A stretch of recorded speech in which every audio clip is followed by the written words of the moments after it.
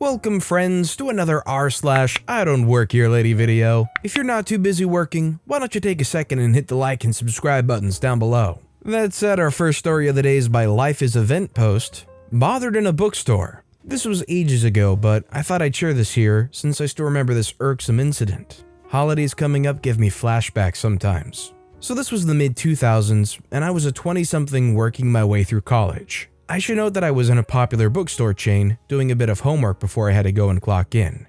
Now, keep in mind, I worked for a snack shop down the way from this bookstore. I was wearing a blue uniform that looked nothing like this chain's dress code. Heck, I even had my school backpack with me. Suddenly, a middle-aged lady steps up and asks if I knew where a certain section of books were. Politics, I believe? Me, very confused, say, Ma'am? I'm sorry, but I'm not sure. Maybe if we could find an employee, they could tell you. The lady says, but you seem to work in this mall and everyone else seems to be busy. Surely you can point it out to me. I say, well, you see, ma'am, I'm not trying to be rude. I just have no idea where that section of books would be. I don't work here and that's not something I'm really keen on. For example, I could tell you the anime section is here, the foreign languages section's over there, and any poetry books are downstairs by the escalators because I love that stuff and browse those sections all the time. But we'd really need to get the employee who knows what they're doing and how to look up what you need. The lady persisted for a while before I finally told her I had to clock in at my store in 10 minutes. She wasn't a bad person, mind you. She never talked to me in a rude manner. The lady was just super oblivious. And it still bothers me that she just didn't get it. I'm a mall employee from a different store. I have no blessed idea where everything in the store is. How about not assuming? Thankfully, I work in a factory now, far away from the melodrama that is the mall at Christmas. If you had nowhere to be and you were in a store like this and somebody comes up asking for help, would you try to take time out of your day to stop and help them? Or would you try to do everything you could to get them to leave or hand them off to an employee? Let me know in the comments down below. Our next story is by Nikago, Wholesome IDWHL, older guy at the hardware store. This just happened a few days ago. My brother just bought a house and needed help with a few things, so I went over to his place on my day off. We grabbed a few things from his storage unit, then headed over to Home Depot. Now, our dad is a retired county mechanic and all-around handyman. My brother and I have been around tools our entire lives, but my interests and career took me to the tech sector, whereas my brother went into the automotive side. So he knows a lot more than I do with tools, repairs, etc. Regardless, we still gravitate towards the tools section in Lowe's and Home Depot, just in case we find a good deal. With early Black Friday deals out, that's what we started doing. My brother and I are browsing some Ryobi deals and talking about how we plan on getting my wife's brother a Ryobi set when he eventually buys a house. He's less mechanical than either of us. While we're talking, an older gentleman, 70s-ish, comes up to us and asks if we work there. Neither of us are wearing anything remotely orange, but it's not the first time we've been confused with retail workers, as we look much younger than we are. I'm 36, my brother's 33, so we're used to it. Turns out the guy tried to get help from some of the staff, but the people or person he spoke to had no idea what to tell him. He overheard us talking and said we sounded more knowledgeable than the people he tried to talk to. The old guy needed help getting something to repair his shed and knew he needed a drill but had no idea what to get. My brother pointed the guy to the Ryobi drill/driver 2-pack for $99. He showed the old guy just the drill kit for $79, but told the guy for the extra $20, get the second tool and it'll make life a lot easier. We also set him up with a bit set, and my brother recommended using exterior screws instead of drywall screws. The guy seemed happy with it and thanked us. We had no vested interest in the store, so there was no reason to show him the higher brand tools. Hopefully, old guy was able to do what he wanted to get done. I don't know about you guys, but if I found myself in a Lowe's or a Home Depot, I would definitely hope that the employees would be as good as OP and their brother are as far as getting you what you need to do what you need to do at probably a decent price. If I was that old guy, I would be very, very appreciative. This next story is by Sci-Phase, in which 3 different people in 3 different places in one day ask if I work there. This happened a few days ago right before Halloween. I was going to a party that evening and needed to get a few things. This tale begins with me wearing dark blue jeans and a slightly dressy black collared shirt, not tucked in, with a pattern on it. The first occurrence was in a party supply store. I was heading towards the mask aisle and a woman started asking me where something was before asking if I worked there. I told her no, she apologized, and I said it was no problem. I get it all the time. I went about my business. The second occurrence was in a Macy's in a different city. I was there to get a few things, and at the moment in question, was waiting in the men's shoe section for an actual employee to come back with a couple of adjacent sizes of a pair of shoes I'd liked for me to try on. Two younger men who'd been looking at some things down the way walked toward me, and one asks if I worked there. I said no and told him that the lady who did would be back in a moment, and also that he was the second person that day to ask me if I worked somewhere. They go off somewhere, she comes back, and I go about my business. The third and final occurrence was at the party. I'd since changed into a suit, semi-formal attire, and I was hanging out by one of the DJ dance floors. A guy comes up and asks me a question about the VIP area, which is behind where I'm standing. I told him I wasn't sure what the answer was, and then he asked if I worked there. I told him no, but we talked about his question for a minute anyway. He mentioned again that he thought I'd worked there, and I told him that he was the third person that day who asked me that. He very smoothly said it must be because of how good I looked and walked away. I've had people think I work at a place relatively often, but even though I think of "I don't work here, lady" every time it happens, I haven't felt any of those instances rose to the level of something to post here. But I've never had a cluster like this happen before. Must be my handsome face. There's a number of regular posters here who seem to, for some reason or another, just give off some kind of employee aura. There's just some kind of vibe surrounding these people where it's like, you must be an employee, come help me. I don't know what it is.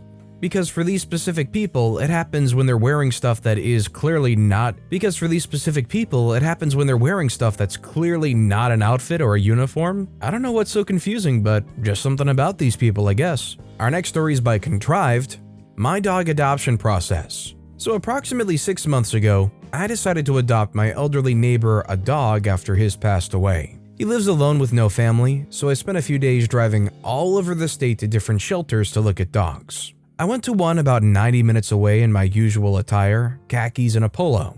As we're in the lobby waiting for a worker, I heard a guy asking questions about dogs and how much longer the wait would be, stuff like that. I assumed he was talking to one of the workers and continued to sit there in silence, minding my own. I felt an aggressive tap on my shoulder and he began yelling at me, telling me how rude I am for ignoring him and what a terrible employee I am. He proceeded to begin swearing at me. I swatted the guy's hand away and told him to back off. I don't work here. He didn't believe me and continued to yell. I finally got fed up and told him if he doesn't stop and back off, get his hands away from me, that I would call the police and press charges for battery. He changed his mind and slinked out the front door without saying anything else. Judging by the guy's reaction, both when they thought they were talking to an employee and put their hands on them, and also when OP mentioned calling the police and them immediately slinking out the front door, I'm gonna make a big assumption that this guy has some kind of record. And I ain't talking about the most hot dogs in a minute kind of record. I'm talking one where the police would be more than happy to take them in, because the guy sure did seem to leave rather quickly when the police got brought up. Our next story is by Left On For Ya. I work at the store, but this is not the store to ask those questions. I worked at a large US home improvement chain, 2 guesses and 1 is right, in the lumber and building materials department. However, I would regularly have to go back and forth the customer service desk to drop off online orders and pick up returns, passing other departments, including the front of store, which has seasonal items. One time early spring, I was walking back from the customer service desk by the display of seeds and bulbs and potted starter plants, and a young couple stopped me. They say they just bought a house and are planting their first garden and want to grow things to make salsa. So they asked me what to grow that'll be good in salsa and how many of each to get. Basically asking me the recipe for salsa with correct proportions of ingredients so they can grow farm to table. All they knew for sure was to get tomatoes, but asked, what else should we get? I'm a little dumbfounded and at first think, you should ask a chef. But actually make my own salsa sometimes and am glad to help. I say of course, get a couple different tomato varieties, but also white onions, green onions, garlic, different pepper varieties based on how hot you want to make it, maybe some other spices like oregano and thyme, I don't remember exactly. But I remember saying that the most important ingredient is cilantro, and make sure they get a bunch of that. I also give recipe advice to say how to cut and add the right amount of salt, pepper, and other spices. I help them pick out the exact quantities of seed packets, bulbs, and plants, but I'm obviously not an expert on both yields of the seeds, bulbs, plants, as well as the salsa recipe quantities, but do my best.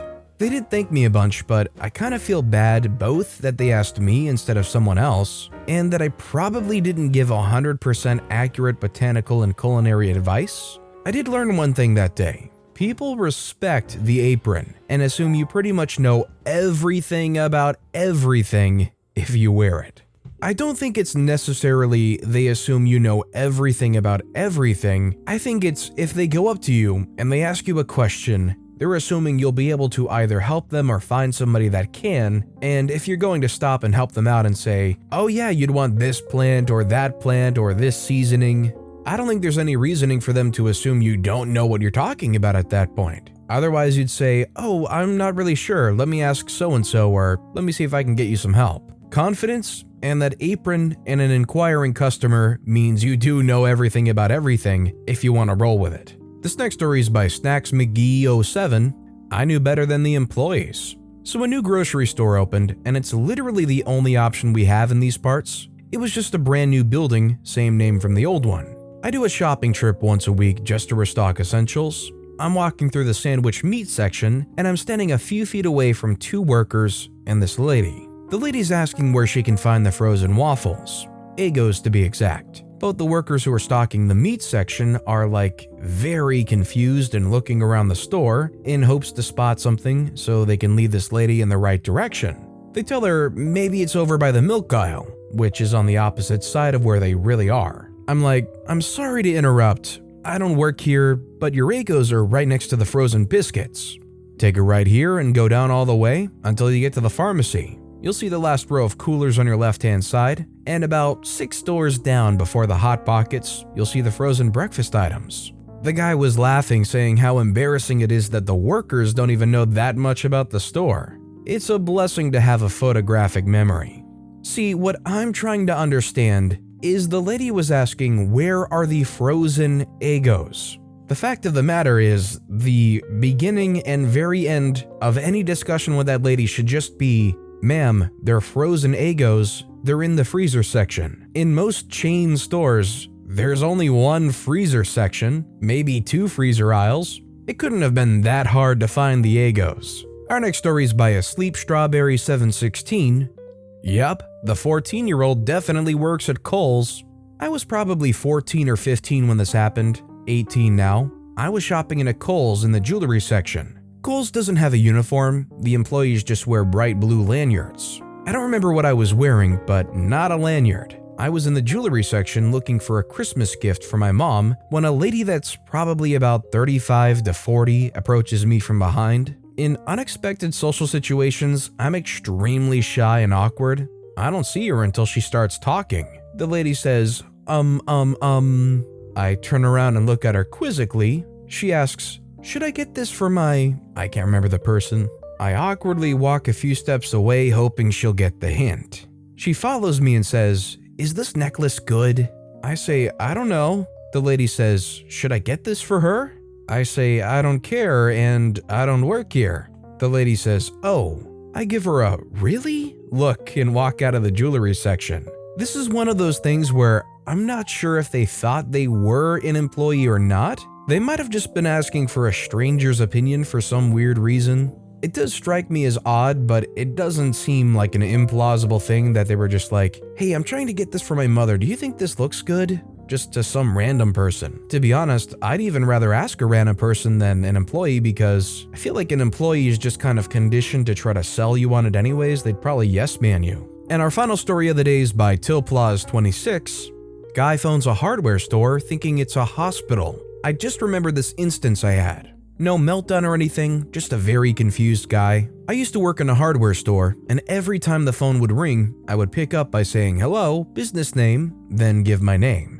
So the phone rings, I do the standard greeting, and the guy on the other end asks to speak to a certain doctor. I tell him he has the wrong number, that this is the hardware store. He goes, oh, so this isn't the hospital? I tell him it isn't, we're a hardware store. He's silent for a moment, then goes, oh, okay, then hangs up. To be fair, the two phone numbers are extremely close, where for example, our number is 1111, the hospital was 1121. But still, shows how much people don't listen when I greet them, giving him our business name.